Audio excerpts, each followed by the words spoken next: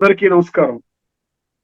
శ్రీమద్ భగవద్గీత ఆధ్యాత్మిక రహస్యాలు అనే శీర్షిక ద్వారా శ్రీ త్రినాథ్ గారు ధారావాహిక ప్రసంగం చేస్తున్నారు. వారి ధారావాహిక ప్రసంగంలో ఈరోజు 286వ ప్రసంగం చేస్తున్నారు. శ్రీ త్రినాథ్ గారికి స్వాగతం. శ్రీమద్ భగవద్గీత ఆధ్యాత్మిక రహస్యాలు ఈ యొక్క కార్యక్రమాన్ని వీక్షిస్తున్నటువంటి సోదర సోదరిమణులందరికీ కూడా హార్దిక స్వాగతం. ఈ యొక్క ఆధ్యాత్మిక రహస్యాల ద్వారా ప్రతి ఒక్క మనిషి ఎవరైతే బుద్ధినేత్రాన్ని తెరుచుకొని సత్యత ఆధారంగా తన యొక్క జీవితాన్ని మలుచుకోవడానికి ఇష్టపడతారో అర్థమైంది. ఎందుకంటే 84 లక్షల జీవరాశులలో కేవలం మనిషికి మాత్రమే భగవంతుడు బుద్ధినేత్రాన్ని ప్రసాదించటము జరిగింది. ఎందువలన భగవంతుడు మనకి బుద్ధినివ్వటం జరిగింది? ఒకసారి మనం కానీ ఆలోచించుకున్నట్లయితే కేవలము భౌతిక దేహము ఆధారంగా ఇంద్రియ సుఖాలని అనుభవించటం కోసం ఆ విధంగా మనము ఏ విషయాన్నైతే పలుకుతున్నామో ఆ విషయానికి విరుద్ధంగా ఆచరించడానికి బుద్ధినివ్వలేదండి. సర్వే జనాః సుఖినో భవంతు అంటాము, ఎవరి సుఖము కూడా మనం కోరుకోము. లోకా సమస్త సుఖినో భవంతు అంటాము, దాని పట్ల పూర్తి పరిపూర్ణ విశ్వాసం ఉంటుంది. కానీ లోకం పక్కన పెట్టండి, ఇంట్లో వాళ్ళ సుఖం కూడా కోరుకోము. మన బయట ఉన్నటువంటి సమాజంలో ఉన్నటువంటి వాళ్ళ సుఖం కూడా మనం కోరుకోము. యూనివర్సల్ బ్రదర్హుడ్ అంటాము, సర్వమానవ సౌభ్రాతృత్వం అంటే సోదర భావం అంటాము.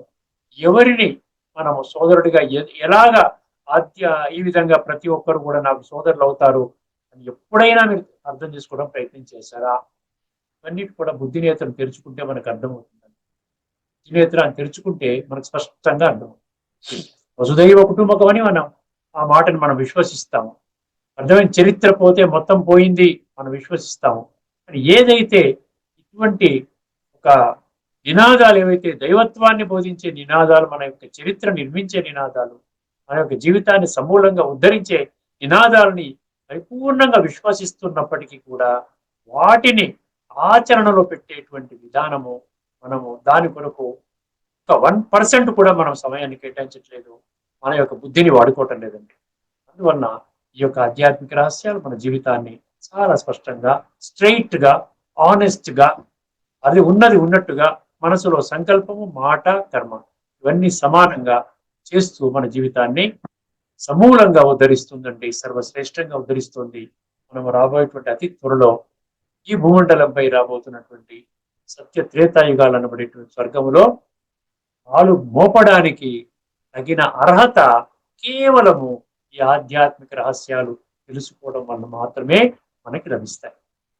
ఇప్పుడు ధార్మికము, ఆధ్యాత్మికం అన్న విషయం మీద ఒక 2 విషయాలు మీ దృష్టికి తీసుకుని రావడానికి ప్రయత్నం చేస్తానండి. మనం మామూలుగా రాఖీ పండగప్పుడు రక్షాబంధనము అంటాం. ఈ రక్షాబంధనము దేనికి సూచకం అన్న విషయం మనం అర్థం చేసుకోవాలండి.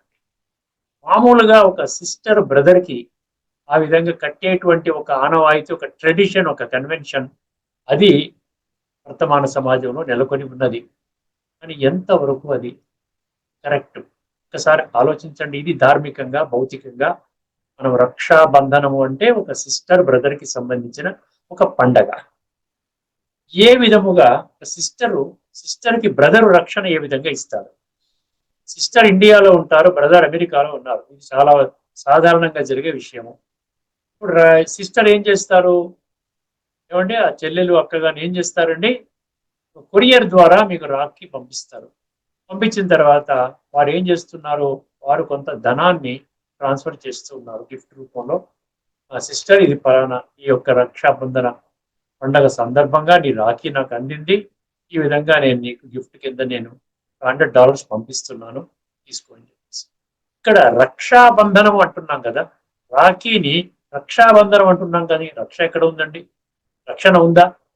ఇప్పుడు సిస్టర్కి ఏదైనా ప్రమాదం జరిగితే అక్కడ బ్రదర్, అమెరికాలో ఉన్న బ్రదరు, కెనడాలో ఉన్న బ్రదరు ఏ విధంగా రక్షిస్తాడు? ఒకసారి అర్థం చేసుకోండి.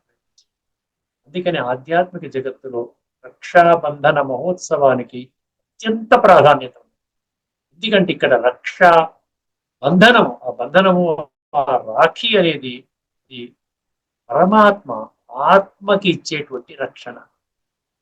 ఆత్మ నుండి ఆత్మకి, ఎందుకంటే ఇప్పటి వరకు పరమాత్మ యొక్క రక్షణ లేకపోవటం వలన ఆత్మ ఏం చేశారంటే ఏమైందంటే ఆత్మ యొక్క తన యొక్క ఉనికిని కూడా మర్చిపోయింది.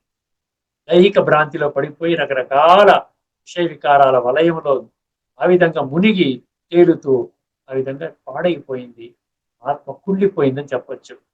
అందుకనే ఈ వర్తమాన సమయంలో, కలియుగం అంతిమ సమయంలో, సృష్టి యొక్క ఆరంభ సమయంలో భగవంతుడు వచ్చి పునః మనందరికీ కూడా ఏమండి పవిత్రత అనేటువంటి ఒక రక్షాబంధనాన్ని మనకు కడుతున్నాడు. దానికి సూచకమే మనకి ఈ రక్షాబంధనము. ఇదే ఆధ్యాత్మిక జగత్తులో పరిపూర్ణంగా అందరికీ కూడా రక్షణ, ఈ రాఖీ అనేది రక్షాబంధనం యొక్క సిగ్నిఫికెన్స్ చెబుతూ ఒకటి మధ్యలో ఒక తిలకాన్ని దిద్ది ఒక స్వీట్ ని కూడా ఇస్తారనమాట. అంటే ఈ యొక్క మధురంగా మీరు మాట్లాడండి, మధురమైన కర్మలు చేయండి, ఎవరికి దుఃఖాన్ని ఇవ్వకండి, మీరు కూడా మధురంగా ఉండండి అన్నటువంటి భావనతో స్వీట్ ఇస్తారు. ఇది ఒక ఆత్మిక స్మృతి తిలకంగా ఆ విధంగా చెప్తారు. ఎప్పుడైతే ఈ ఆత్మిక స్మృతి తిలకాన్ని దిద్దిన వెంటనే మీకు ఆత్మిక స్మృతి ఎక్కడ ఆత్మ ఉన్నది అన్న జ్ఞానము అర్థం చేసుకున్నట్లయితే ఖచ్చితంగా ఆత్మలో పరమాత్మ యొక్క శక్తులు, గుణాలు ప్రవహిస్తాయి. అందుకని ఈ పవిత్రతకి చిహ్నం అన్నమాట. పవిత్రత మాత్రమేనండి వర్తమాన సమయంలో, ఈ కలియుగం యొక్క అంతిమ సమయంలో, ఆఖరి ఇంకా ఈ కాలచక్రం యొక్క పూర్తయ్యే సమయంలో కేవలము పవిత్రత అనే ఒక్క గుణం మాత్రమే మన ఆత్మని కాపాడుతుందని. ఎందుకంటే ఆత్మ అపవిత్రమైపోయింది. ఆత్మశుద్ధి లేని ఆచారం అది ఎలా అంటున్నానంటే కారణం ఏంటంటే ఆత్మ అశుద్ధమైపోయింది. ఈ ఆత్మని శుద్ధి చేసుకునే ప్రక్రియని రాజయోగం ద్వారా భగవంతుడు తెలియజేస్తున్నారు. ఇదే విధంగా సిక్కు ధర్మంలో కూడానండి వాళ్ళు ఒక రక్షా కంకణం కట్టుకుంటారు. ఒక మెటాలిక్ ఒక కంకణం ఒకటి ధరిస్తారు, ప్రతి సిక్కు సోదరుడు ధరిస్తారు. అర్థమైందండి? అది కూడా పవిత్రతకి సంబంధించినది మాత్రమే. వాళ్ళ గురు గ్రంథ్ సాహిబ్లో కూడా ఈ యొక్క కంకణం గురించి మీరు కానీ చదివినట్లయితే అది కూడా పవిత్రతకి మాత్రమే, ప్యూరిటీకి మాత్రమే అది ఒక సింబల్. ఇది కేవలము సింబాలిజముగా మనం ఏదో సిస్టర్ బ్రదర్ కి రాఖీ కట్టుకోవడము, ఈ విధంగా సిక్కు మతంలో వీళ్ళందరూ కూడా ఈ కంకణము, మెటాలిక్ కంకణం ధరించడము, ఇవన్నీ సింబాలిక్ గా జరుగుతుంది. కానీ దాని యొక్క లోతైన అర్థము మనకి కేవలం ఆధ్యాత్మిక దృష్టికోణంలో అర్థం చేసుకున్నప్పుడు మాత్రమే స్పష్టమవుతుంది. ఎప్పుడు మన జీవితం ఆ విధంగా మనం పవిత్రంగా ఆత్మను శుద్ధి చేసుకునే విధానంలో మనం ముందుకు వెళ్ళగలుగుతామండి. ఇప్పుడు ఈ విషయాన్ని మనం అక్కడ ఆపేసేసి మన ముఖ్యమైన విషయం ఏంటంటే కర్మ చెయ్యండి, కర్మ ఫలితాన్ని విడిచి. ఇదే పరంపరలో గత 25-30 ఎపిసోడ్స్ నుంచి మనం చర్చించుకుంటున్నాం అని అనుకుంటున్నాను. ఇప్పుడు అదే కోణంలో మనం ఏం తెలుసుకున్నామంటే సాత్విక దానము, రాజసిక దానము, తామసిక దానము, ఈ 3 రకాల దానాల యొక్క విశిష్టత. ఎందుకు చెప్తున్నాడు 3 రకాల దానము? నువ్వు ఏ రకం దానం చేస్తున్నావు? ప్రతి ఒక్కరు ఏదో ఒక దానం చేస్తూ ఉంటారు, స్థూలంగా కానీ సూక్ష్మంగా కానీ, ఆ డబ్బు రూపంలో కానివ్వండి, లేకపోతే ఇంకోటి ఏదైనా కానివ్వండి. కానీ దేని కొరకు నీవు చేసేటువంటి దానము అది సాత్వికమా లేక రాజసికమా తామసికమా? ఒకవేళ తామసికంగాని అయినట్టు గుర్తించినట్లయితే మీరు దాన్ని రాజసికంలోకి తర్వాత సాత్వికంలోకి మార్చుకోవడానికి ప్రయత్నం చేయాలి. అర్థమైందండి? అప్పుడే, ఎందుకంటే సాత్విక లక్షణాలు ఉన్నటువంటి వాళ్ళు మాత్రమే సత్యయుగములో ఏమంటారు, అందులో శ్రేష్టమైన జన్మలు తీసుకోవడానికి అర్హత పొందుతారు, యోగ్యత పొందుతారు. ఇది భగవాన్ వాచ. మొత్తం భగవద్గీత అంతా తీసుకున్నట్లయితే బేసికల్ గా ఏముందంటే ప్రతి ఒక్కరు తమ యొక్క మూల స్వరూపంలో ఆత్మలు, విశ్వాత్మలందరికీ ఒకే తండ్రి పరమాత్మ, వారినే భగవంతుడు ఈశ్వరుడు అన్నారు. ఈశ్వర, పరమేశ్వర, యోగేశ్వర, మహేశ్వర అని 26 శ్లోకాలు మనకు కనబడుతుంది. ఇంకేం చెప్పలేదండి. నన్నే పరమాత్మ అని కూడా అంటారంట. పరమాత్మ అని కూడా నన్ను ఆ విధంగా కలుపుతారు. శాస్త్రాల్లో కూడా పరమాత్మ అంటే ఎవరి గురించో కాదు, నా గురించి అంటున్నాను. తమ పురుషస్వ అన్య పరమాత్మేతుదాహృత యో లోకత్రయమావిశ్య విభర్తి అవ్యయ ఈశ్వర. ఆ శ్లోకంలో 15వ అధ్యాయంలో 17వ శ్లోకంలో నా పేరు ఈశ్వర. అర్థమైందండి? నన్ను ఈశ్వరుడు అనాలి, ఒకటి నన్ను పరమాత్మ అని శాస్త్రాల్లో కూడా ఆ విధంగా గౌరవపదంతో. ఎందుకంటే నేను ఎప్పటికీ కూడా ఆత్మస్వరూపంలోనే ఉంటాను. ఇప్పుడు ఒక్కసారి ఆ పరమాత్మ, విశ్వాత్మలందరికీ తండ్రి అయిన పరమాత్మ మనకేం చెప్తున్నాడు? రకరకాల ప్రక్రియలు, 20 ప్రక్రియలు ఉన్నాయండి. మనం చాలా చర్చించాం ఇప్పటికీ. సాత్విక కర్త, సాత్విక కర్మ, సాత్విక బుద్ధి, సాత్విక జ్ఞానము, సాత్విక సుఖము, సాత్విక ధృతి, ఇలా అనేకం చర్చించుకుంటూ వస్తున్నాం. ఇంకా వీలైతే ఈ భగవద్గీతలో ఉన్న అన్ని ప్రక్రియలను చర్చిస్తాను. ఏం ప్రాబ్లం లేదు. ఎందుకంటే నాకు ఆ స్పష్టత ఉంది. అదే స్పష్టతని మీకు అందిస్తాను. మీరు అంగీకరిస్తారా అంగీకరించరా అన్నది భగవంతుడికి అక్కర్లేదు. భగవంతుడు పలుకుతున్న మాటలే నేను చెప్తున్నాను కాబట్టి నాకు కూడా సంబంధం లేదు. ఎవరికి సంబంధం? ఇది జ్ఞానము చెప్పడం వరకే. ఆ జ్ఞానాన్ని స్వీకరించాలా, రిజెక్ట్ చెయ్యాలా, అర్థమైందండి? పూర్తిగా దాన్ని బేఖాతరు చెయ్యాలా అన్నది ఫలానా ఆత్మ పైనే భగవంతుడు విడిచిపెట్టేస్తున్నారు. ఎందుకంటే భగవంతుడు సర్వాత్మలకి తండ్రి. తండ్రి తన యొక్క బాధ్యతని నిర్వహిస్తూ ఉన్నాడు. ఇవన్నీ విషయాలు మనకు తెలియజేస్తూ, ఈ బ్యాక్గ్రౌండ్ లో ఒక్కసారి మనం అర్థం చేసుకోండి. సాత్విక ఏమండి, సాత్విక దానం అంటే మనం ఏం తెలుసుకున్నాం ఒక్కసారి గమనించండి. సాత్విక దానము మీ దృష్టికి తీసుకుని వస్తాను. ఎందుకంటే సాత్విక దానం అర్థం చేసుకుంటే మనకి తామసిక దానం అంటే ఏంటో దాని రివర్స్ అనమాట. సాత్విక దానానికి కంప్లీట్ గా ఆపోజిట్ అనమాట. ఒకసారి మీరు చూడండి, సాత్విక దానం అంటే 17వ అధ్యాయంలోని 20వ శ్లోకం. 21 ఏమో మనకి రాజసిక దానము, 22 ఏమో తామసిక దానం. దాన పుణ్యం అంటాం చూసారా, అది ఎలా ఏ విధంగా చేస్తే నిజంగా పుణ్యం. అసలు పుణ్యం అంటే ఏమిటి, పుణ్యం అంటే ఏమిటి, పాపం అంటే కూడా మనకు తెలియదు. అర్థమైందండి? ఒకసారి ఇక్కడ చూసినట్లయితే దాతవ్యమితి యద్దానం దీయతే అనుపకారిణే దేశే కాలేచ పాత్రేచ తద్దానం సాత్వికం స్మృతం. ఎందుకంటే నేను ఇది చెప్తున్నాను అంటే మనకు క్లారిటీ రావాలి. కేవలం ఏదో ఏదో అర్థం చేసుకుంటున్నారు, బాగా చెప్తున్నారండి, బాగుంది అనుకుంటే దానివల్ల ప్రయోజనం లేదండి. మన జీవితాన్ని సమూలముగా పరివర్తన చేసేటువంటి జ్ఞానము శ్రీమద్ భగవద్గీత ఆధ్యాత్మిక కోణంలో అర్థం చేసుకుంటే 100% ఆ ఒక్క సందేశమే మనకి దొరుకుతుంది. భగవంతుడు మనకి ఇస్తున్నారు ఆదేశం అన్నమాట. ఇక్కడ ఏమంటున్నాడు? ఇక్కడ దేశే కాలేచ పాత్రేచ అన్న. దేశం అంటే ప్రదేశము, కాలము అంటే సమయము, పాత్ర అంటే ఎవరికైతే మీరు ఇస్తున్నారో అతనికి ఆ క్వాలిఫికేషన్ ఉందా, మీ నుండి ఆ యొక్క దానాన్ని రిసీవ్ చేసుకోవడానికి ఏమన్నా క్వాలిఫికేషన్ ఉందా, లేకపోతే అర్హత లేని వాడికి ఇస్తున్నారా? అందరికి ఇవ్వడం కదండి దానం. ఎవరికి ఇస్తాం? అవసరమైన వాడికి ఇస్తాం. ఏదైనా కెలామిటీ జరిగినప్పుడు ఇస్తారు కదా, మామూలుగా భౌతిక పరంగా మనం చర్చించుకున్నాం. ఏదైనా కెలామిటీ జరిగినప్పుడు మొత్తం ఇళ్ళు కూలిపోయాయి, లేకపోతే ఫ్లడ్స్ వచ్చాయి, లేకపోతే ఫైర్ యాక్సిడెంట్ అయ్యింది, హోల్సేల్లో ఒక కొన్ని వేల కుటుంబాలు వాళ్ళ ఇల్లు తగలబడిపోయాయి, వాళ్ళకి ఏమీ లేకుండా ఉంది. వాళ్ళు మనుషులే, సాటి మనుషులు, వాళ్ళ ఇల్లు తగలబడకుండా ఉన్నటువంటి మనుషులు, కాస్త భగవంతుడు వారికి ఉన్నత స్థానంలో పెట్టినటువంటి మనుషులు, బుద్ధి అందరికి ఇచ్చాడు కాబట్టి అరే నాయన వీళ్ళకి మనం చేయాలి కదా దానము. వాళ్ళు ఆ విధంగా ఏమీ లేకుండా ఉన్నారు, అలవాటు ఇస్తున్నారు, తిండి లేదు, వాళ్ళకి ఏమీ లేదు, మొత్తం ఇళ్ళన్నీ బూడిదైపోయాయి.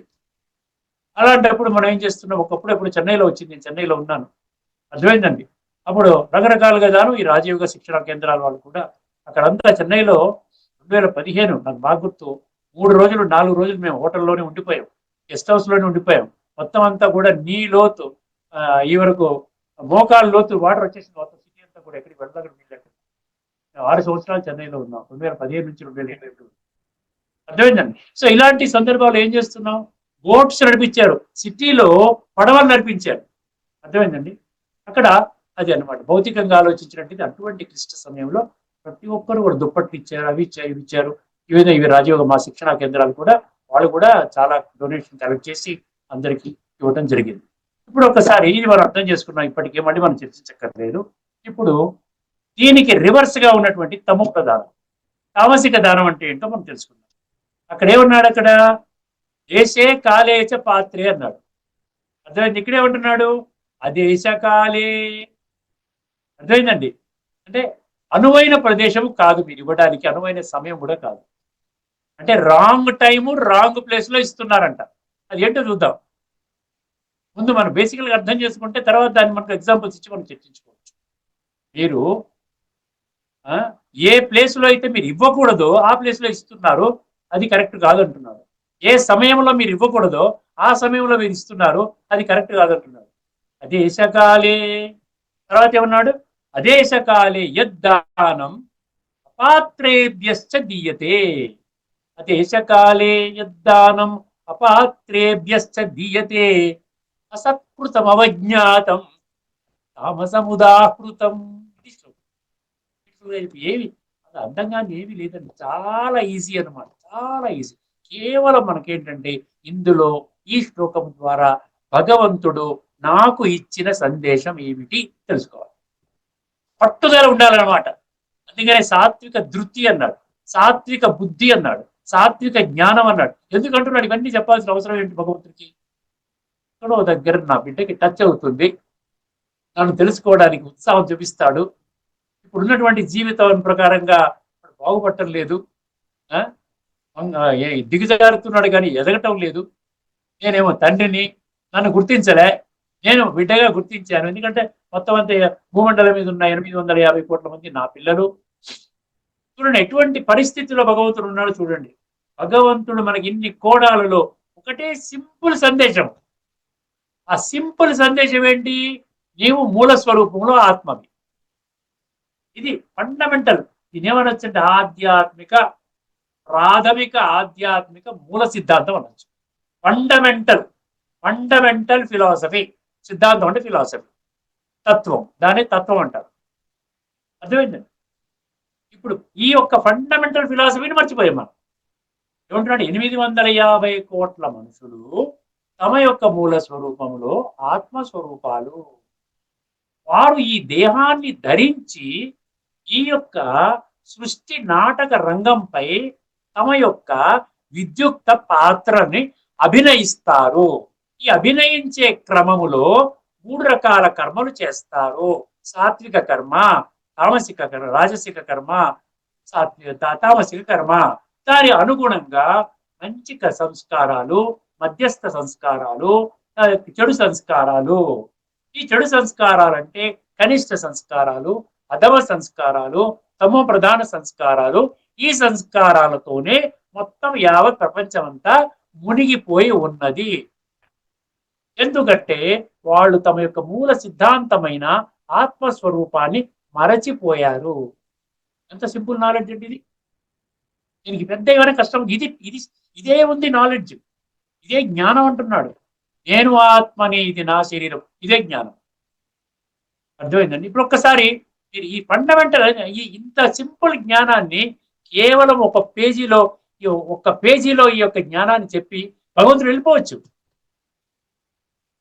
అర్థమైందండి? కానీ ఎందుకు 574 శ్లోకాల్లో రకరకాల ఏ కోణం టచ్ చేసినా సంస్కార పరివర్తనకి వెళ్తుంది. ఏ కోణాన్ని టచ్ చేసినా నువ్వు ఆత్మవి, నువ్వు దేహము కాదని చెప్తున్నాడు. ఎక్కడైనా వేరే విధానం వచ్చిందా చెప్పండి. ఇప్పుడు దాకా మనము ఇది సుమారుగా 300 ఎపిసోడ్స్ చర్చించుకున్నామంటే ఇప్పుడు దాకా ఏమైనా వచ్చిందా? వేరే విధానం వచ్చిందా? నువ్వు వంకటింకర పనులు చేసుకున్నా నేను రక్షిస్తాను అన్నాడా ఎక్కడైనా? నువ్వు దేహం అయ్యా, నువ్వు అందరూ దేహంలో ఉన్నారు కాబట్టి దేహం అనేది కరెక్టు, ఆత్మ అనేది తప్పు అని ఎక్కడైనా అన్నాడా? ఏ శాస్త్రం అనేది చెప్పిందా? భగవద్గీత సర్వశాస్త్రమయి శిరోమణి. ఈ ఒక పాయింట్ని ఎప్పుడు మర్చిపోకండి. సర్వశాస్త్రాలకి తల్లి లాంటి శాస్త్రం శ్రీమద్ భగవద్గీత. అంటే శ్రీమద్ భగవద్గీతలో భగవంతుడు చెప్పిన మహావాక్యాలే ప్రతి శాస్త్రములో మీకు లభిస్తాయి. కానీ ఎందుకు ఇప్పటిదాకా ఈ విషయాన్ని అర్థం చేసుకోలేదు అంటే బుద్ధి నేత్రాన్ని మూసుకున్నాము, దైహిక భ్రాంతిలో ఉన్నాము, అంధవిశ్వాసంలో ఉన్నాము, మూఢ విశ్వాసంలో ఉన్నాము, మూర్ఖ విశ్వాసంలో ఉన్నాము. మనిషికి భగవంతుడు బుద్ధినిస్తే ఆ భగవంతుడిని తెలుసుకోవడానికి బుద్ధి నేత్రాన్ని మూసుకుంటున్నాం. అంతకంటే ఆశ్చర్యకరమైన విషయం, అంతకంటే నిజంగా ఈ పజిలింగ్ అనేది లేదా చెప్పండి? చమత్కారమైన విషయం కాదా? ఏ భగవంతుడు మనకు బుద్ధి నేత్రాన్ని ఇచ్చాడో ఆ భగవంతుడి యొక్క సత్యస్వరూపాన్ని తెలుసుకోవడానికి నేను బుద్ధిని వాడను. మిగతా అన్ని విషయాలకు బుద్ధిని వాడతాను. ఏ సినిమాకి వెళ్ళాలి బుద్ధిని వాడతాను. అర్థం ఎలాగ వెళ్ళాలి, నా సొంత వాహనంలో వెళ్ళాలా, లేకపోతే ఆటోలో వెళ్ళాలా, కారులో వెళ్ళాలా, క్యాబ్లో వెళ్ళాలా, బుద్ధిని వాడతాను. అర్థమైందండి? ఏ పుస్తకం కొనుక్కోవాలి, లేకపోతే ఏ పకోడీ కొనుక్కోవాలా, జిలేబీ కొనుక్కోవాలని బుద్ధిని వాడుతున్నానే. దాని కొరకు ఇవ్వలేదండి. భౌతికంగా ఇంద్రియ సుఖాలని డెవలప్ చేసుకుంటూ హాయిగా ఆత్మని కుళ్ళబెట్టుకోవడానికి భగవంతుడు బుద్ధినిచ్చేటంటే నిజంగా ఆ విధంగా మీరు భావించినట్లయితే అది భగవంతుడు చేసే కర్తవ్యం కాదండి. ధర్మ సంస్థాపనార్థాయ సంభవామి. ఈ సృష్టి ఇప్పుడు అంచున వచ్చింది, చివరి దశకు వచ్చింది, మనం చూస్తున్నాం, అందరికీ స్పష్టంగా కనబడుతోంది. ప్రపంచం దిగజారిపోయింది. దీన్ని బాగు చేయడానికి ఏ మనిషి వల్ల కాదు. ఎంత గట్టి ప్రెసిడెంట్ కానీ ఒక జగద్గురువు గారు వచ్చినా కూడా ఎవరు ఏమి చేయలేని పరిస్థితి. సైన్స్ పరంగా చేయట్లేదు, రాజకీయ వ్యవస్థ ప్రకారంగా చేయటం లేదు. లేకుండా ఉంటే ఈ యొక్క ధార్మిక జగత్తులో కూడా ఏమి జరగటం లేదు. ఎవరు ఏమి చేయలేకపోతున్నారు. ఉపన్యాసాలు ఇస్తున్నారు, దాని ప్రభావం మనుషుల మీద ఏది పడటం లేదు. అందుకనే భగవంతుడి సృష్టి మీద అవతరించి ఇన్ని కోణాలలో మనకు అందరికీ కూడా చెప్తున్నాడు. ఇప్పుడు ఒక్కసారి బ్యాక్గ్రౌండ్ లో ఒక్కసారి మనం అర్థం చేసే ప్రయత్నం చేద్దాం. ఏమంటున్నాడు? అదేశకాలే. ఇప్పుడు ఏం చెప్పండి? ప్రదేశము పనికిరాని ప్రదేశంలో మీరు ఇస్తున్నారు, ఇవ్వకూడని ప్రదేశంలో మీరు ఇస్తున్నారు. ఇది ముఖ్యంగా మీరు గమనించండి. ఎక్కువగా మీకు పనికొచ్చేది, మీ జీవితాన్ని ఉద్ధరించేది మీరు నేనేదో భోజనం ఇస్తున్నాను, నేనేదో వాళ్ళకి బట్టలు ఇస్తున్నాను, పాత బట్టలు అన్ని కూడా ఇమ్మన్నారు. ఎప్పుడైనా ఫ్లడ్ వస్తే మాకు ఎప్పుడో ఒకసారి ఇస్తే నేను నా ఇంట్లో ఉన్న కలర్ డ్రెస్సెస్ అన్ని ఇచ్చాను. సఫారీ సూట్లు, కోట్లు అన్ని ఇచ్చేసాను. దగ్గర దగ్గర ₹1,00,000 వాల్యూ ఉన్నటువంటి బట్టలు అన్ని కూడా నేను ఇచ్చేసాను. ఎందుకంటే అప్పట్లో నేను వైట్ డ్రెస్ వేసుకోవడమే నాకు అలవాటు అయిపోయింది. వైట్లే కొనుక్కుంటున్నాను. సో ఆ విధంగా కలర్ ఇంకా నేను వేసుకోను అనుకుని 96, 97లో ఎప్పుడో మనకి హైదరాబాద్ లో ఫ్లడ్స్ వచ్చాయి, అప్పుడే ఇవ్వడం జరిగింది. ఇప్పుడు భగవంతుడు ఏమంటున్నాడు? ఇప్పుడు ఈ స్థూలమైనటువంటి డొనేషన్స్ గురించి చెప్పడం లేదు. స్థూలమైన డొనేషన్స్ గురించి భగవంతుడు చెప్పడం లేదు.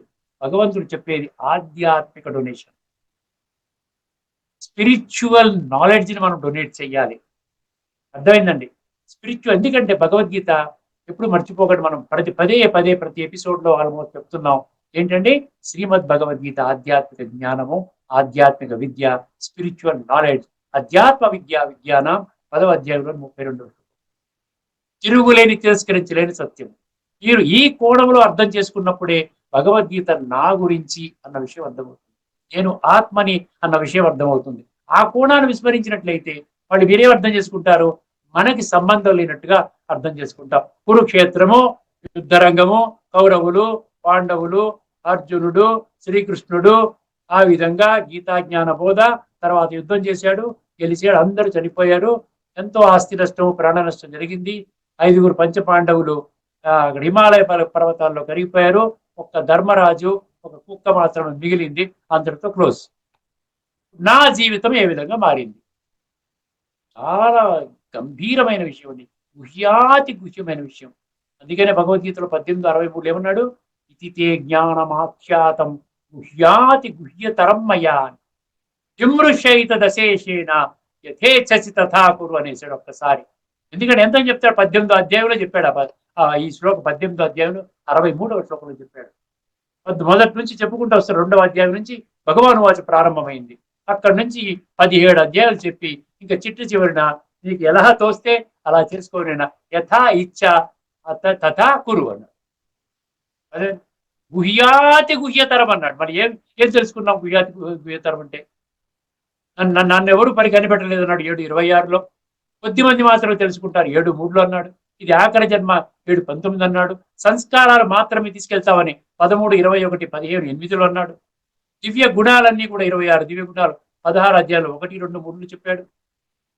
ఎందుకంటే నా తపన ఏంటంటే ఎక్కడో దగ్గర ఏదో ఒక పాయింట్ టచ్ అయితే మీ జీవితం కూడా మార్చుకోవడానికి ఒక దృఢ సంకల్పంతో ముందుకు వెళ్తారని ఒక ఆలోచన, అంతకంటే ఇంకోటి లేదండి. ఎందుకంటే భగవంతుడు చెప్తున్నాడు, అజ్ఞానంలో ఉన్న వాళ్ళకి తెలియచేయండి అంటున్నాడు.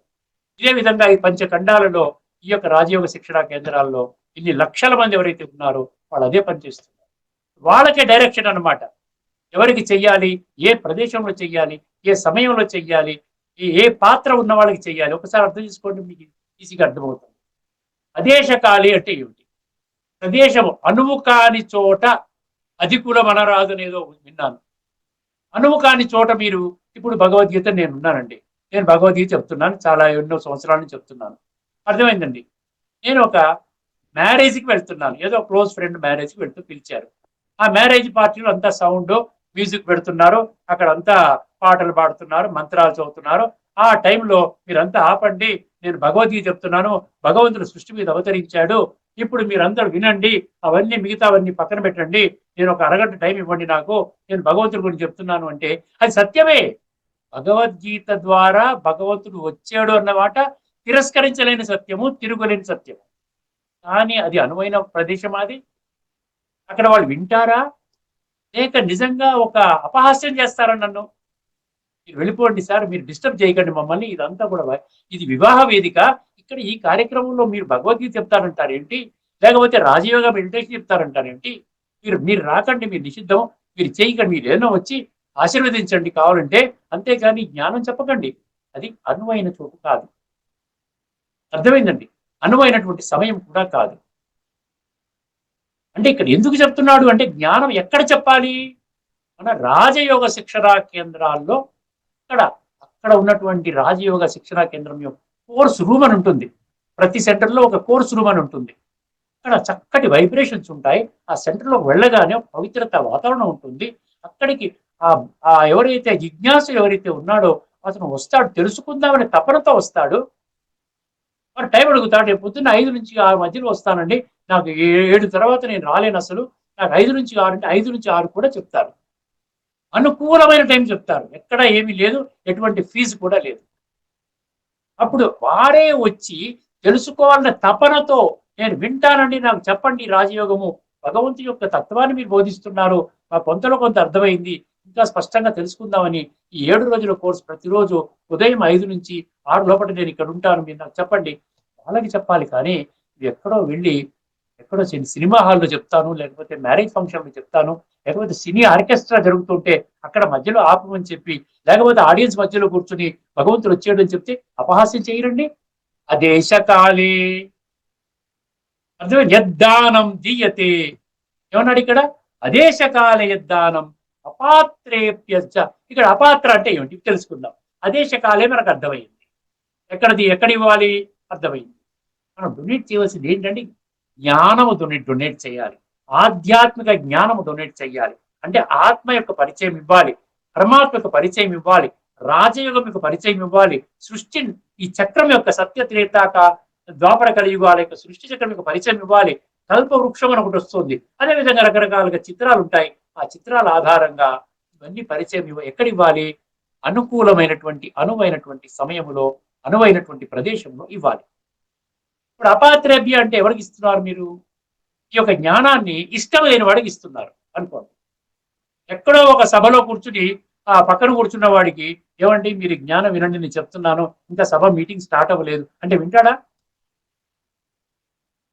అర్థమైందండి? అందుకని ఇక అపాత్ర అంటే ఇంకొకటి, మీరు ఈ ధనాన్ని ఇస్తున్నారు, జ్ఞాన ధనాన్ని ఇస్తున్నారు, అర్థమైంది? దాన్ని ఏమన్నా ఇందాక చెప్పినట్టుగానే దాన్ని చెడుగా కూడా వాడచ్చు. ఎందుకంటే వాడికి ఇష్టం లేదు, బుద్ధినేత్రం తెలుసుకోవడం ఇష్టం లేదు.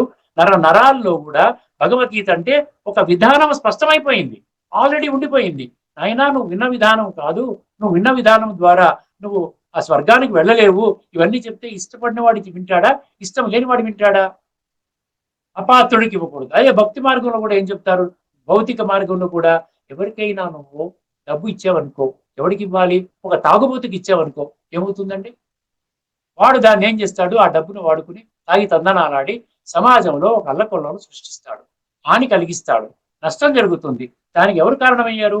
మీరు కారణమయ్యారు. అర్థమైందండి? ఏదో దానం ఇవ్వాలనుకున్నారు, కానీ అక్కడ పాత్రని చూసి దానం ఇవ్వాలి. ఎవరికైతే ఆధ్యాత్మిక చింతన ఉంటుందో, ఎవరైతే సాత్విక సంస్కారాలు పొందాలనేటువంటి ఒక ఆకాంక్ష ఉంటుందో, చక్కటి జీవితం పొందాలని ఆకాంక్ష ఉంటుందో, అటువంటి వాళ్ళు వింటారు. అటువంటి వాళ్ళకి చెప్పండి. సపోజ్ మీరు వచ్చారు, కొంతమంది వచ్చారు, సెంటర్కి వచ్చారు, రాజయోగ శిక్షణా కేంద్రం పెడుతున్నాం, వచ్చారు. వచ్చిన తర్వాత డిఫరెంట్ కోర్స్ రూమ్స్ ఉంటాయి, చెప్తూ ఉన్నారు. ఆసక్తి ఉన్నదా లేదా అన్న సంగతి మనకు అర్థమైపోతుంది.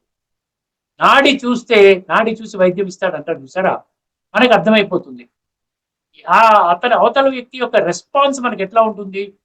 అర్థమైనట్లయితే చెప్పండి, కొన్ని క్వశ్చన్ వేస్తాడు, దాని ఆన్సర్ తెలుసుకుంటాడు, ఇది కొంచెం డీటెయిల్ గా చెప్పండి, మీరు చాలా అద్భుతమైన జ్ఞానం చెప్తున్నారు అని ఆ విధంగా మనకు అర్థం చేసుకున్నాక వైబ్రేషన్స్ ఎట్లాంటివి వస్తాయి? ఇతను అర్థం చేసుకోవడానికి సిద్ధంగా ఉన్నాడు, బుద్ధి నేత్రం తెరుచుకొని స్పష్టంగా వింటున్నాడు, సత్యత ఆధారంగా జీవితాన్ని మలచుకోవాలి అని అనుకుంటున్నాడు. అటువంటి వాడికి మీరు దానం చేయండి. ఇదే విధంగా అందరూ ఆ విధంగా ఉండరండి. కొంతమంది లేదండి కొంచెం షార్ట్ గా చెప్పండి, మెడిటేషన్ చెప్పండి, ఇదంతా అక్కర్లేదు, నేను ఎక్కువ రాలేనండి, డైలీ ఒక 15 నిమిషాలు వస్తాను అంతే చెప్పండి. అలాంటి వాళ్ళకి అంతవరకే చెప్తామండి. అలాంటి వాళ్ళకి తీక్షణంగా ఇవన్నీ చెప్తే వాళ్ళకి బుర్రలోకి ఎక్కవు. కేవలం ఒక మెడిటేషన్ చేసుకోండి. స్వయాన్ని ఇంటర్నల్ ఎనర్జీ ఉంది, కరెంట్ ఉంది, ఒక ఫోర్స్ ఉంది. ఈ ఫోర్స్ నడిపిస్తుంది. అక్కడ ఆత్మ అన్న పదం కూడా వాడాం, పరమాత్మ అన్న పదం కూడా వాడాం.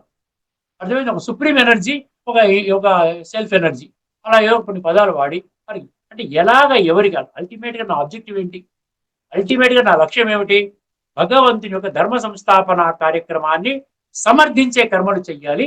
దానిలో ఒక భాగంగా ఈశ్వరీయ సేవ అనే భాగంగా ఎవరికైతే ఈ యొక్క జ్ఞానాన్ని చెప్పేటువంటి దాంట్లో కళ ఉందో, అభిరుచి ఉందో, వాళ్ళనందరినీ కూడా ఏం చేస్తారంటే మీరు చెప్పండి అంటారు. They are designated as a teacher, రాజయోగ శిక్షకుడు. వాళ్ళు ఏం చెప్పాలి, ఆ పల్స్ చూసి ఎవరికి చెప్పాలి, ఎంతసేపు చెప్పాలి, ఎవరికి ఏ విధంగా ఎంత అవసరమో అంతే చెప్పాలి, అంతకంటే ఎక్కువ అపాత్ర అపాత్రేభ్యస్స అంటే అదనమాట. అర్థమైంది కదండి. అదే శకాలే యద్దానం అపాత్రేభ్యశ్చ దీయతే. ఏమన్నాడు, అసత్కృతం అవజ్ఞాతం అన్నాడు. ఈ రెండు పదాలు చాలా ఇంపార్టెంట్. అసత్కృతం అంటే ఏమిటి, అసత్కృతం అంటే ఏమిటి? సత్కృతం అన్న పదం ఏంటి, సత్కారము అన్న పదం నుంచి వచ్చిందండి. సత్కారము అన్న పదం వచ్చింది. మనం ఎప్పుడు కూడానండి, నాకు జ్ఞానము తెలుసును, ఆది మధ్యాంతాల జ్ఞానము తెలుసును, భగవంతుడు చెప్పిన 574 శ్లోకాల ప్రతి ఒక్క శ్లోక ప్రతి పంక్తిలోని తత్వం నేను చెప్పే కెపాసిటీ నాకుంది. దీని నుండి అహం రాకూడదండి. అహం రాకూడదు. అహం ఉందంటే మళ్ళీ అందులో ఎందుకు పైకి అవతల వాడికి జ్ఞానం వెళ్ళదు. అహం రాకూడదు. ప్రతి అవతల ఎవరైతే వినడానికి వచ్చిన జిజ్ఞాస ఉంటాడో వాడికి పరిపూర్ణంగా గౌరవం ఇవ్వాలి, చాలా రెస్పెక్ట్ఫుల్ గా చెప్పాలి, వారిలో ఉన్నటువంటి ఆత్మని రగిలించే విధంగా చెప్పాలి, వారి యొక్క ఆత్మని మాత్రమే చూడాలి. భౌతికంగా ఇతను సాధారణ వ్యక్తి, భౌతికంగా ఇతడు చాలా సింపుల్ వాడు, లేకుండా ఉంటే అందవిహీనుడు, లేకపోతే పెద్ద ఉద్యోగం కూడా లేదు, చిన్న సాధారణంగా ఉన్నాడు, ఇవన్నీ మనం చూడకూడదు. ఒక ఆత్మ పరమాత్మ తత్వాన్ని తెలుసుకోవడం కోసం రాజయోగ శిక్షణ కేంద్రాన్ని రావడం జరిగింది. ఆ విధంగా మనం ఒక ఆత్మకి ఇస్తున్నాము అన్న భావంతో అవతల వ్యక్తిని, అతనిలో ఉన్న గుణాలను మనం చూస్తూ మన యొక్క ఆత్మిక స్థితిలో ఉంటూ రాజయోగ అభ్యాసం చేస్తూ అటువంటి ఒక ఆత్మ తోటి ఆత్మ సోదరి ఆత్మకి ఈ యొక్క జ్ఞానాన్ని పంపిణీ చేస్తుంది. ఆ విధంగా మనం ఇవ్వాలి. అదేనమాట సత్కారము అంటే రెస్పెక్ట్ఫుల్ గా ఇవ్వడం అనమాట. అసత్కృతం అంటే ఏమైపోయింది, ఏది లేకుండా ఏదో ఇవ్వాలన్నారు, చెప్పమన్నారు, చెప్పేవాళ్ళు కూడా అంత బాగా ధారణ అవ్వలేదు. ఒక అహంకారపూరితంగా నన్ను గుర్తించాలి, ఇతను ఏదో ఉన్నట్టున్నాడండి, ఏదో కమిషనర్ ఆఫ్ పోలీస్ అంటే ఈయన, లేకపోతే అసిస్టెంట్ కమిషనర్ ఆఫ్ పోలీస్ వచ్చారు, వీరికి ఏం చెయ్యాలి, వీరితో నేను సాంగత్యం పెట్టుకుంటే రేపు పొద్దున్న నన్ను పోలీసు వాడు చలానా తీసినా నన్ను వీరికి ఫోన్ చేస్తే వీరి చలానా కట్ చేయించేస్తాడు, వీరితో కొన్ని పనులు అవుతాయి. నా ఇంటి దగ్గర ఏదైనా గొడవలు జరిగితే ఈ ఏసీపీ గారితో నేను ఫోన్ నెంబర్ తీసుకుని నేను ఆయనతో కనెక్ట్ అయి ఉంటాను, అప్పుడు వారు నాకు హెల్ప్ చేస్తారు. అటువంటి భావనతో మీరు చెప్పారంటే అది కరెక్ట్ కాదంటున్నాడు భగవంతుడు. అసత్కృతం అంటే అది. అవజ్ఞాతం అంటే ఏమిటి, అవజ్ఞాతం అంటే అసత్కృతం అంటే ఏం చెప్పారు ఇక్కడ, సద్భావము లేకుండా, దానము గౌరవ భావం లేకుండా చెప్పారు కదా. అవజ్ఞాతం అంటే ఏమన్నాడు, అవజ్ఞాతం అంటే అవతల వాడిని చాలా ఆర్డినరీగా చూడటం అనమాట. తుణీకార భావముతో చూసి ఆ విధంగా అవతల is unfit to take this high knowledge, ఈ జ్ఞానం తీసుకోవడానికి అర్హత లేదు అని మనసులోనే పెట్టేసుకుని చెప్పవలసిన సబ్జెక్టుని అది ఏదో విధంగా చెప్పుకుంటూ కన్ఫ్యూజ్ చేస్తూ ఆ విధంగా కరెక్ట్ గా జ్ఞానం అనేది వెళ్ళదు. అర్థమైందండి. తృణీకార భావముతో చేయబడినది అంటున్నాడు. అర్థమైందండి. ఆ విధంగా చేయకూడదు. అసత్కృతం అవజ్ఞాతం ఈ రెండు కానీ చేసినట్లయితే ఇది సాత్విక దానములోకి రాదు, రాజసిక దానములోకి రాదు, తామసిక దానములోకి వస్తుంది అంటున్నారు. దీని వలన ఇచ్చేవాడికి ఎటువంటి పుణ్యము లేదు, ఇచ్చుకునేవాడికి ఇప్పుడు కూడా పాత్రని చూడడం అంటే ఆ యొక్క జిజ్ఞాసి యొక్క తపన ఏ విధంగా ఉంది, పరమాత్మని గుర్తించడానికి తపనతో వచ్చారా, లేకపోతే ఏదో కాలక్షేపం చేయడానికి వచ్చారా? అర్థమైందండి. ఆ విధంగా ఇప్పుడు చూడండి, కొంతమందికి ఇంట్రెస్టే ఉండదు. వాళ్ళు చాలా ఆ భౌతికంలోనే వాళ్ళు ఉంటారు. చాలా అందులో ఏదో షార్ట్ కట్ ఏదో చెప్తారనుకున్నాను కానీ ఇంత డీప్ నాలెడ్జ్ తీసుకునేటువంటి శక్తి నాకు లేదండి అన్నాడు అనుకోండి. ఇటువంటి వాళ్ళకి కొన్ని ఆధ్యాత్మిక పుస్తకాలన్నీ కట్టి ఇవన్నీ మీరు చదువుకోండి అంటే చదువుకుంటాడో చెప్పండి? అది ఆ విధంగా వేస్ట్ అవుతుంది. ఎవరికైనా అందులో జిజ్ఞాస ఉండి, బాగా చదువుకునే శక్తి ఉండి, సత్యాన్ని అర్థం చేసుకునేటువంటి ఆ యొక్క విధానంలో వచ్చినట్లయితే ఆటోమేటిక్ అటువంటి వాళ్ళకి మీరు ఏమైనా హెల్ప్ చేసినట్లయితే ఆటోమేటిక్గా అవుతుంది. ఇక్కడ చెప్పేవాడు అహంకార పూర్వితంగా చెప్పకూడదు. నేను చాలా గొప్పవాడిని, అవతల వాడు తక్కువవాడు అన్నటువంటి భావంతో చెప్పకూడదు. ఆత్మ తోటి ఆత్మకి సేవ చేస్తుంది, ఈశ్వరీయ సందేశం అందిస్తుంది, ఈశ్వరుని యొక్క సత్య పరిచయాన్ని ఇస్తుంది, స్వయం యొక్క సత్య పరిచయాన్ని తెలియజేస్తుంది. తమ సమానంగా తయారు చేసేటువంటి విధానములో ఒక సోదరాత్మకి నేను ఇస్తున్నాను అన్నటువంటి భావనతో మనం చెప్పాలి. అర్థమైంది? లేకపోయినట్లయితే ఏ విధంగా అంటున్నాడు భగవంతుడు? ఏమంటున్నాడు ఇక్కడ? అదేశకాలే యద్దానం, అదేశకాలే యద్దానం అపాత్రేభ్యశ్చ దీయతే. ఆ తర్వాత ఏమన్నాడు? అసత్కృతం అవజ్ఞాతం తామసం ఉదాహృతం అనేసాడు. అర్థమైందండి? ఇది అనమాట ఈ శ్లోకంలో తత్వము. మనం ఎప్పుడు కూడా ఇది ఒక ఆధ్యాత్మిక జ్ఞానం గురించి మీరు అర్థం చేసుకోవాలి. ప్రతి శ్లోకాన్ని ఆధ్యాత్మిక దృష్టికోణంలో అర్థం చేసుకోండి. భౌతికంగా మీరు ఎన్నైనా చెయ్యండి, దాంట్లో తప్పు లేదండి. భౌతికంగా కూడా అర్థం చేసుకోండి, చెయ్యండి. కానీ ఎప్పుడు చేయాలి? ఆధ్యాత్మిక జ్ఞానం ఇచ్చిన తర్వాత. ఆధ్యాత్మిక జ్ఞానం ఉన్నవాడు ఏదైనా ఆధ్యాత్మిక జ్ఞానం ఆల్రెడీ ఇచ్చినటువంటి ఒక జ్ఞానికి ఏదైనా మీరు ధన సహాయం చేయాలనుకుంటే కరెక్ట్ పాత్ర అన్నమాట. నిజంగా పేదవాడు అనుకోండి, ఎందుకంటే జ్ఞానులందరూ చాలా చాలా గొప్పగా ధనికులుగా ఉంటారు చెప్పండి? మధ్యస్థంగా ఉంటారు, సాధారణంగా ఉంటారు. ఇంకా రిక్షా వాళ్ళు ఉంటారు, ఆటో నడుపుకునే వాళ్ళు వస్తారు మా దగ్గరికి. రిక్షా వాళ్ళు, హౌస్ కీపింగ్ స్టాఫ్ కూడా జ్ఞానం చెప్తారు. ఇక్కడ హౌస్ కీపింగ్ స్టాఫ్ కూడా ఉన్నారు, ఒక 30-40 మంది. వాళ్ళకు కూడా సంవత్సరానికి ఒకసారి వాళ్ళకి కూడా రాఖీ కడతారు, లేకపోతే గిఫ్ట్ ఇస్తారు పండగ నాడు, అన్ని చేస్తూ ఉంటారు. అర్థమైందండి? ప్రతి ఒక్కరిని మీరు ఆత్మిక దృష్టిలో చూడాలి. వారి యొక్క వర్తమానం యొక్క హోదాని మీరు చూడకూడదు. హోదా అనేది కేవలం ఒక్క జన్మకి మాత్రమే పరిమితము. మనము కానీ కరెక్ట్ గా లేకపోతే మన హోదా రేపొద్దున్న ఆ బంట్రోతు హోదాలోకి వెళ్ళిపోవచ్చు. ఇక్కడ ఉన్న బంట్రోతు సత్య మార్గములో అర్థం చేసుకుని జీవితంలో ఆ జ్ఞానాన్ని ధారణ చేసినట్లయితే వాడు టాప్ లోకి వెళ్ళిపోవచ్చు, సత్యయుగంలో శ్రేష్టమైన జన్మ పొందొచ్చు. అర్థమైంది? ఇక్కడ ఎందుకు చెప్తున్నాడు? పాత్ర కరెక్ట్ గా ఉండాలి, అదేవిధంగా ప్రదేశాన్ని కరెక్ట్ గా టైంకి వెళ్ళాలి, అదేవిధంగా సమయాన్ని కూడా చూసుకోవాలని మీరు చూసినట్లయితే దేశే కాలే చ పాత్రే చ అన్నాడు. ఇక్కడ అదేశ కాలే అపాత్రేభ్యశ్చ అనే పదం వాడాడు. ఒకసారి భగవద్గీతలో ఇచ్చినటువంటి ఆ విషయాన్ని తెలుసుకొని భాష్యకారులు ఏం రాసుకున్నారో చెప్తే మనము ఈ యొక్క దానం యొక్క 3 కోణాలు కూడా మనం స్పష్టంగా అర్థం చేసుకున్నాం. ఇంకా ఏమైనా సందేహాలు ఉంటే కూడా మీరు కామెంట్ సెక్షన్ లో పెట్టండి, లేకపోతే నేను అక్కడ స్క్రీన్ మీద నా కాంటాక్ట్ నెంబర్ ఇచ్చాను, నన్ను మీరు కాల్ చేసి అడగవచ్చు. ఏ డౌట్ అయినా మీకు తీరుస్తాను. కానీ ఒక్క విషయం గుర్తు, ఇక్కడ అపాత్రేభ్యశ్చ అంటే నాకు ఇంకొక ఎగ్జాంపుల్ గుర్తొచ్చింది. ఇప్పుడు కొంతమంది జ్ఞానం అర్థం చేసుకోవడానికి ఇష్టం లేదు, కానీ బుద్ధిని వాడతారు. ఆత్మ యొక్క అనుభూతి జరగదు, కానీ బుద్ధి వాడుకుంటారు. దాన్ని ఏ విధంగా లీడ్ చేస్తారండి? ఆర్గ్యుమెంట్స్ లోకి వెళ్తారు. ఏమండి మీరు చెప్పేది కరెక్ట్ కాదు, వేదాల్లో ఇలాగుంది, ఉపనిషత్తులు ఇలాగుంది, అందులో ఇలాగుంది, ఇందులో ఇలాగుంది. అటువంటి వాళ్ళు అపాత్రులు. అటువంటి వాళ్ళకి మీరు గంటల కొద్దీ మీరు ఈ యొక్క గీత చెప్తాను అంటే వాళ్ళు వింటారా? వినరు. అపాత్రులకి ఇవ్వకూడదు. పాత్రను చూసి ఇంట్రెస్ట్ ఉన్న వాళ్ళకి మాత్రమే ఆ యొక్క సమయంలో కూడా. ఇప్పుడు మనం కూడా ఏం చేయాలి? సమయం కూడా ఉదయం సమయం, మోస్ట్లీ ఉదయం సమయంలో చెప్తుంటారు, 7 to 8 అలా జరుగుతూ ఉంటాయి. అటువంటి సమయంలో ఏంటంటే ఇంకా దైనందిన జీవితంలో కర్మల్లోకి వెళ్లకుండా ఉన్న సమయం కాబట్టి కాస్త మనస్సు ప్రశాంతంగా ఉంటుంది, బుద్ధి కూడా పదునుగా ఉంటుంది, రిసీవ్ చేసుకోవడానికి బాగుంటుంది. ఆ టైంలో మనం ఇస్తుంటాం అనమాట. ఒక్కసారి గమనించండి, ఇందులో ఏమి ఇచ్చారో గమనించండి. అదేశకాల యద్దానం అపాత్రేభ్యశ్చ దీయతే అసత్కృతం అవజ్ఞాతం తామసముదాహృతం. ఇది 17వ అధ్యాయంలోని శ్రద్ధాత్రయ విభాగ యోగంలోని 22వ శ్లోకం. సద్భావము లేకుండా, సత్కృతం అన్నాడు చూసారా, సద్భావము లేకుండా దానము పుచ్చుకొని వాని ఎడల గౌరవ ఆదరములు చూపక తృణీకార భావము.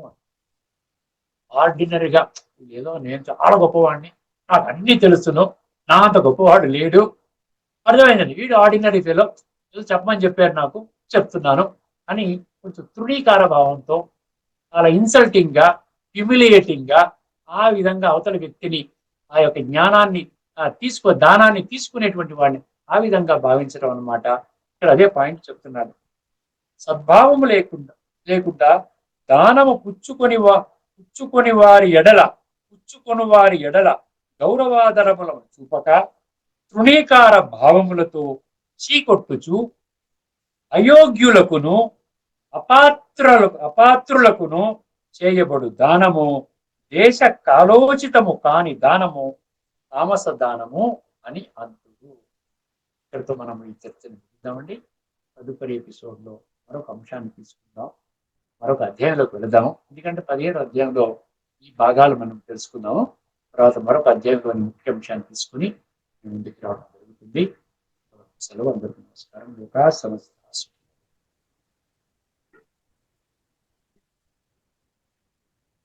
శ్రీమద్ భగవద్గీత ఆధ్యాత్మిక రహస్యాల తాత్విక సారాన్ని మనకు విపులంగా విశ్లేషించిన శ్రీ త్రినాథ్ గారికి ధన్యవాదాలు.